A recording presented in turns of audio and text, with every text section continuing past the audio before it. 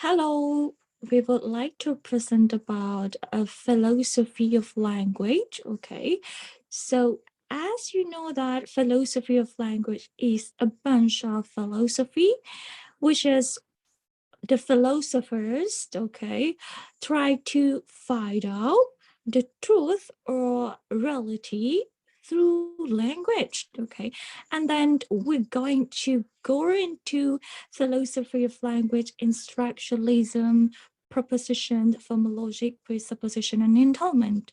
Okay, then let's see. Okay, the next is our member for presenting. The first is me. My name is Tasneem Hayisai, is the first presenter, and the second presenter is Ariana Fabianti, and the third presenter is Akashia Magdalena Lorenza. Okay, so let's see. All of these, okay, is a subtopic of philosophy of language. We're going to talk about the first topic as philosophy of language in structuralism. Okay, what is structuralism and what is its core belief? Structure is based on the Latin structura, from structura to build, and contains that just as humans build the houses, humankind, individuals, biological and physiological setups, as well as their social lives, is built from frameworks in the way that more or less controls what people are free to comprehend and to do. All of structuralism's main works are infused with the core concept that all human activities are manufactures rather than inherent or essentials. Structuralists think that the human mind, rather than sensory perception, generate the fundamental structures and arrange rule and units into meaningful systems. Okay, so and then let's see the idea of a philosopher who named Ferdinand de Saussure, who has the idea of structuralism in philosophy of language. Before we talk about his idea, so actually his idea came from the question from the theory of John Locke. Okay, the theory of John Locke say that language by stating that words refer to things or mental pictures of things. The problem with this idea is that some words refer to nothing empirical in the world, while other point to nothing that genuinely exists in the world, such as unicorns and Hamlet in the novel. So where do fictional things and metaphysical notions get their names?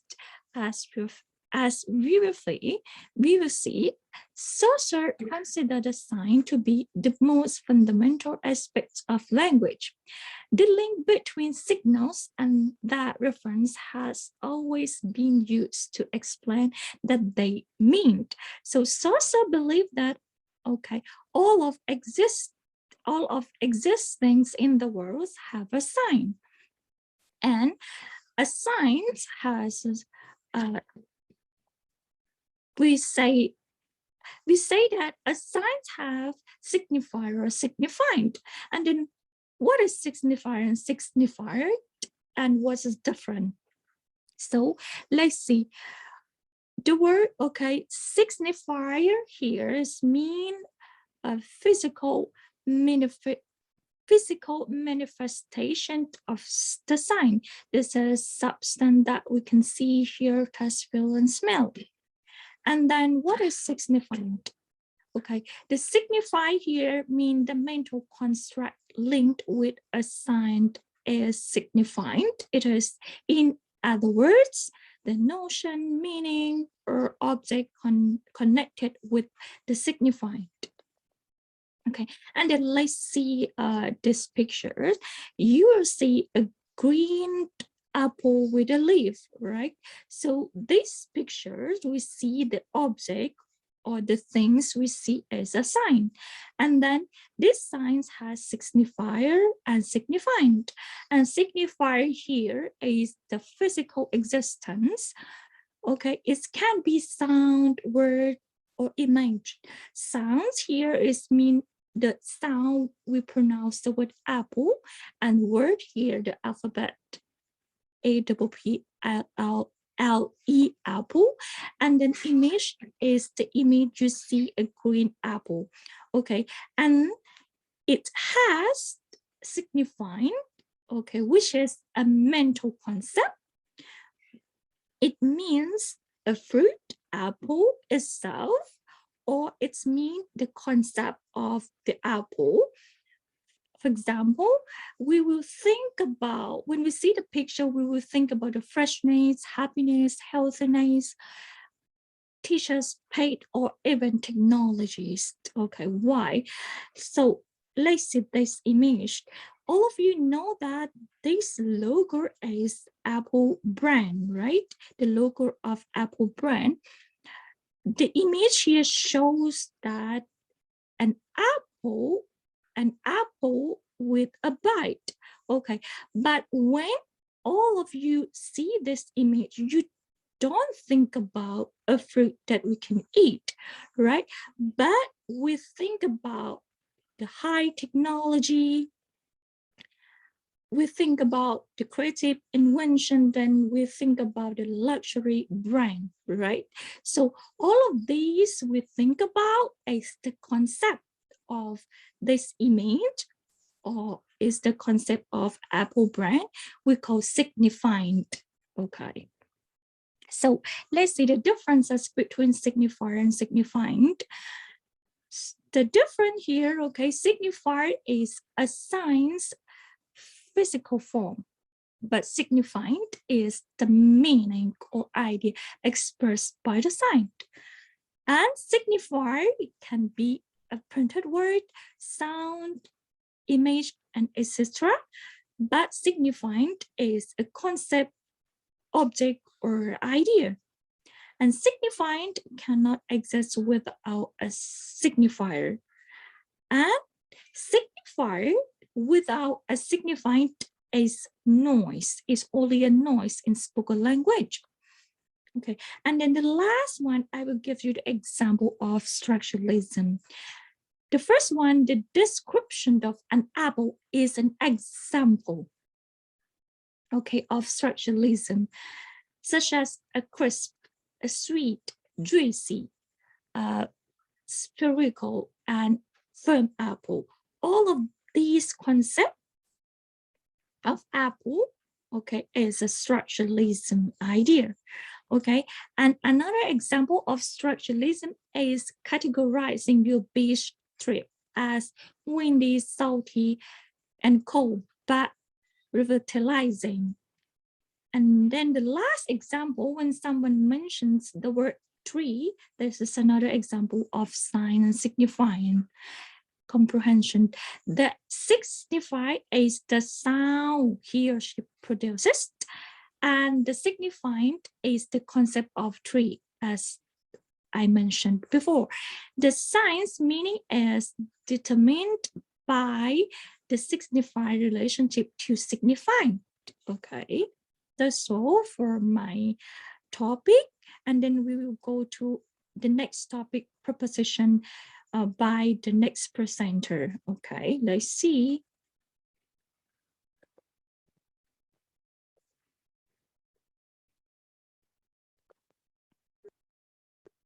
Okay, so let's see for the next topic is philosophy of language in formal logic. And then what is philosophy? What is the relationship between formal logic and philosophy of language? Okay, Frank and Russell maintained that mathematics was merely an extension of logic, that mathematics' basic claims were true in the way by definition, and that is was necessary to improve it. They required a truth theories as well as logic theory.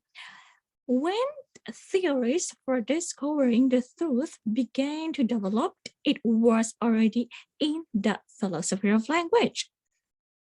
Okay, before we're talking about philosophy of language in phenomenology, okay, so let's see the racial theory of descriptions. Racials as a philosophy who have the idea of logic or formal logic in language.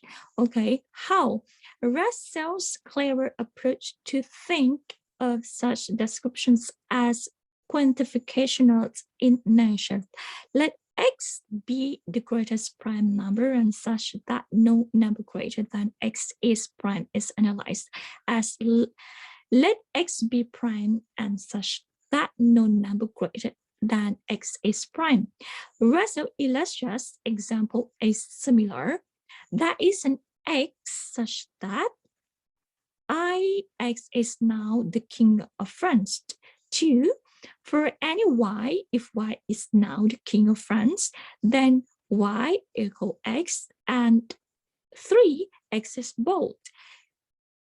To put it another way, that is only the king of France and that monarch is bold. This sentence is incorrect, but not absurd. It means that Russell tried to use the formal logic to describe the sentence in language as a king of France is bold and finding the truth about it. Okay, and then natural language has logical structures. Okay, actually the natural language has structures or has logical structures. How? Because the natural language has syntax, semantics, and pragmatics. All of these things is structures in natural language. Okay, here are two claims regarding natural language that have been made. The first one, natural language semantics is generative. It means that the semantics of natural language can generate, okay, many sentences in language. When we know the structures or the rules of language or any language, we can create any sentence to communicate with people. Okay, this is okay. Natural language semantics is generative, and number two, natural language semantics are composed. How? The meaning of phrase like if, then, and or determine the structures of the complex expressions in this example.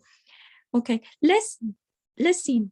If J stand for John, B stand for Ben, and M stand for Mary.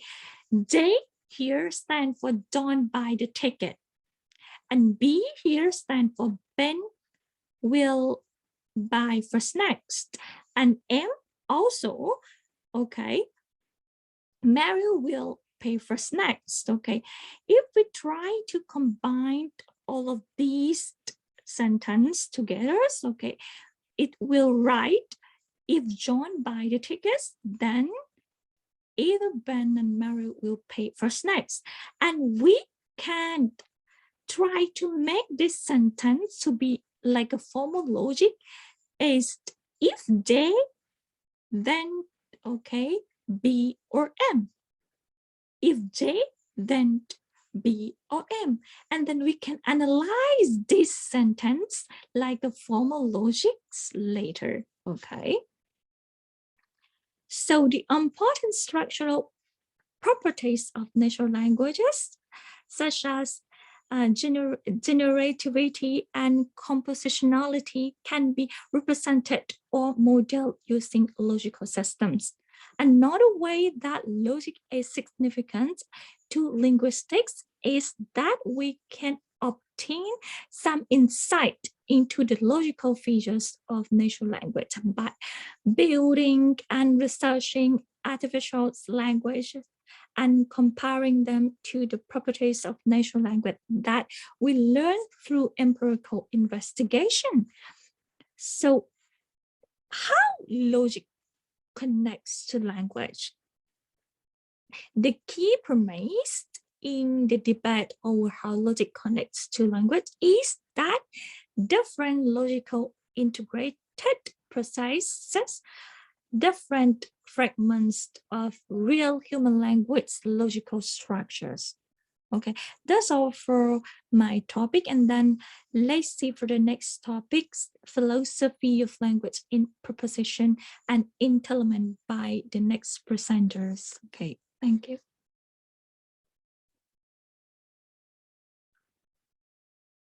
Okay, thank you for the change. I am Moktasha Marjalina Lorenza. I will continue the material. It is about presupposition and entailment. Let's start with the definition of this subtopic. What is presupposition and entailment? Presupposition is something that is interpreted by the speaker's assumption. Speaker is free to make the meaning of the utterances. The presupposition is assumed by the speaker to be known to the hearer before the speaker makes the utterances. The speaker can be right or wrong. Meanwhile, entailment is what logically follows from what is asserted in the utterances. An entailment is something that logically interprets from the utterances' meaning. It is based on the sentence itself, not speaker. Entailment is a relationship between one sentence or set of sentences. Let's see the notes. Presupposition belongs to a speaker, while entailment belongs to sentences. Okay, there are 6 types of presupposition. They are existential presupposition, factive, lexical, structural, non-factive, and counterfactual presupposition.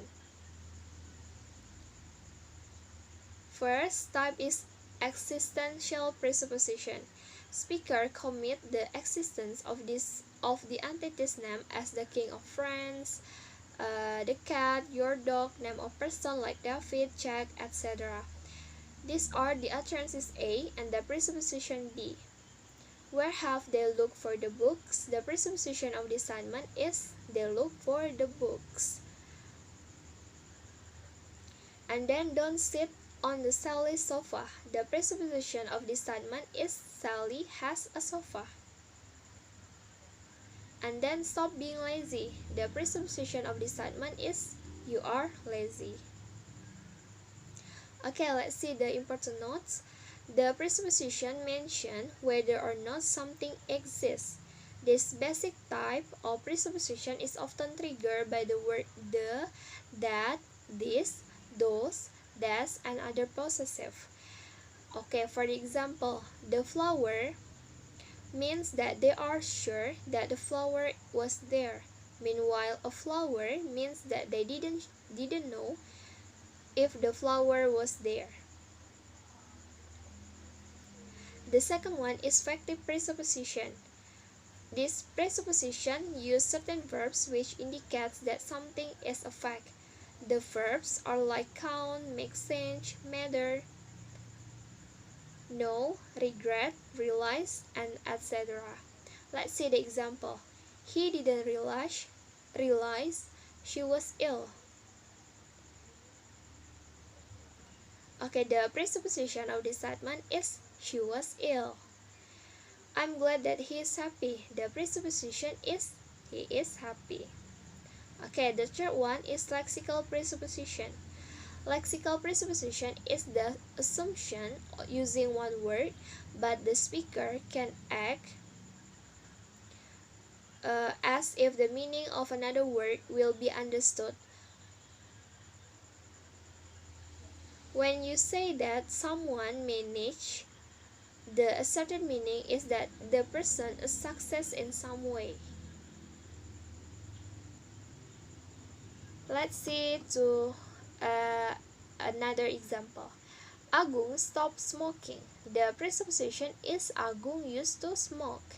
They are late again. The presupposition is they were late before. The same case with the third, fourth, and fifth example. of a lexical presupposition. From those examples and explanation, we conclude that the speaker's use a particular expression is taken to presuppose another or unstated concept, whereas in the case of affective presupposition, the use of a particular expression is taken to presuppose the truth of the information that is stated after it. Okay, let's move on the fourth one. Structural presupposition.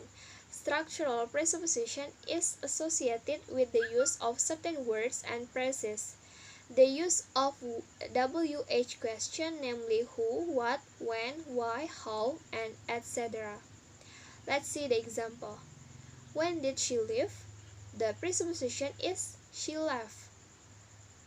Where did you buy glasses? The presupposition is you bought the glasses. Those presuppositions can lead listener to believe that the information presented is necessarily true, rather than just the presupposition of the person asking the question. Okay, the fifth one is non-factive presupposition. Non-factive presupposition is an assumption refer to something that is not true. For example, verbs like dream, imagine, and pretend are used with the presupposition what follows is not true. Let's see the example. I dreamed that I was rich. The presupposition or the fact is I was not rich. And the second one, she imagined that she was in Korea. The fact is she was not in Korea. And the last one, I imagined that you were fine. The presupposition of the fact of the sentence is you were ill. Okay, the last one is counterfactual presupposition. It is the assumption that what's presupposed is not only untrue, but also a contrary to the fact, as in conditional structure. It is contrary to the facts. The words used in the sentence are as if, unless, with, which, without, and etc. Let's see the example. If you are my idol, I would take a picture with you. The presupposition or the fact of the statement is you are not my idol, so I don't take a picture with you. And the second one, if I were a millionaire, I would build my own company. The fact is, I'm not a millionaire, so I don't build my own company. Okay, the same case with the third and the fourth example of counterfactual presupposition. That's all about the presupposition. Let's move to the entailment. What is entailment? An entailment is something that logically interprets from the utterance meaning. It is based on the sentence itself, not speaker.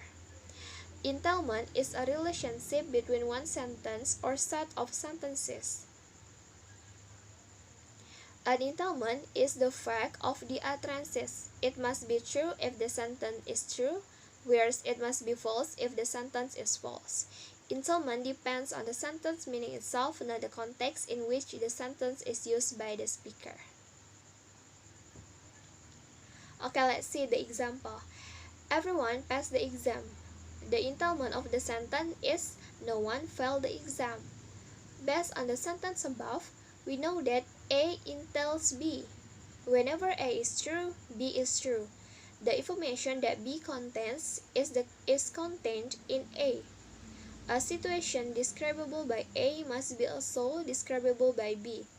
A and B are not contradictory.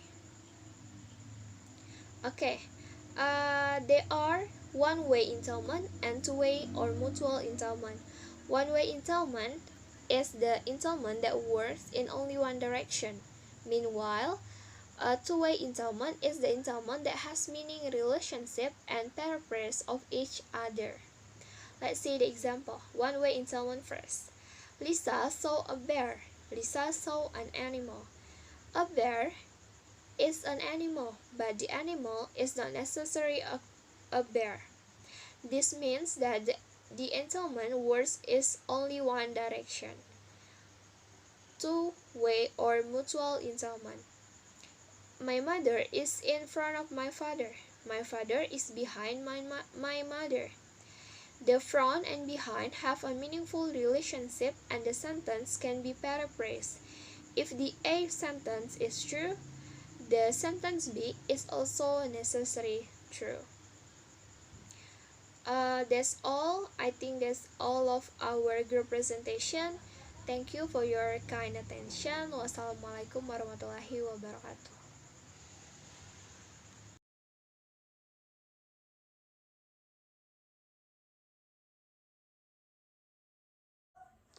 Okay, thank you Tasnim and Oktar to give me time to present about what is proposition.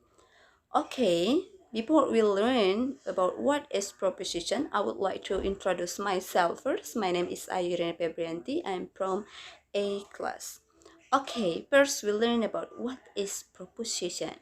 Okay, proposition is a sentence logic with statement that about the relationship between two or several things that can be judged true or false. And then proposition has a four element. The first is a term as a subject, a term as a predicate, copula. Maybe this is not familiar to you. What is copula? Copula is like a conjunction or to connect a sentence like is or are. And then quantifier. Quantifier is the number of the unit. What is that? Okay, for example, like this. In a sentence has a subject. For example, the subject is a cat. A cat is just like one, so, okay? A dog, one. If the subject is two people, so the copula is the quantifier is two people. Okay, and then what the differences between sentence and proposition? Okay, all of the proposition is a sentence, but not all of the sentence is proposition. Why? Because not all of the sentence has subject, predicate, copula, and quantifier. Okay, proposition has several types. The first is about composition, generality, relation, quality, quantity, and modality. The first about composition, simple and compound proposition. The first is simple proposition that the subject the when the sentence has only one subject and one predicate. For example, is love is happiness, and then the tiger was ferocious, and then compound proposition. A compound proposition is a proposition that consists of one subject or more than one predicate. For example, Diana is writing and reading. This is this example. Okay, now general. The first is single proposition. Single proposition is a proposition that consists of one subject and one predicate. For example, like this: Lily playing, Anna is my friend, I'm reading, I'm watching. That is the example. General proposition. General proposition is a proposition where the predicate support, organize all subject. For example, like this: all children like candy. All students have to do assignment from the teacher. And then relation, categorical proposition. Okay, categorical proposition or proposition that contains statement without any condition.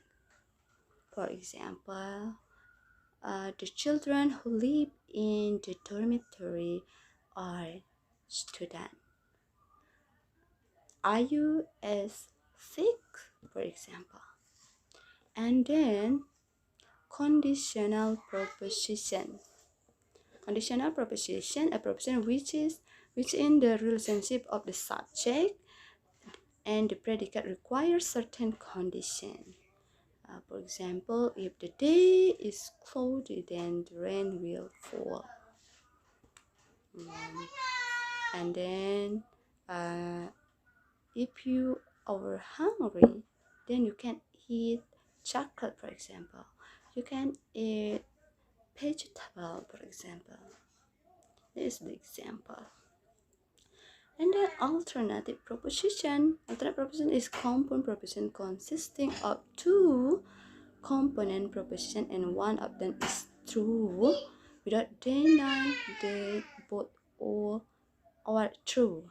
For example, Mila is a teacher or a magician. So Mila can be musician or can be okay. That's mean. For example, Mila can be a teacher or Mila can be a magician.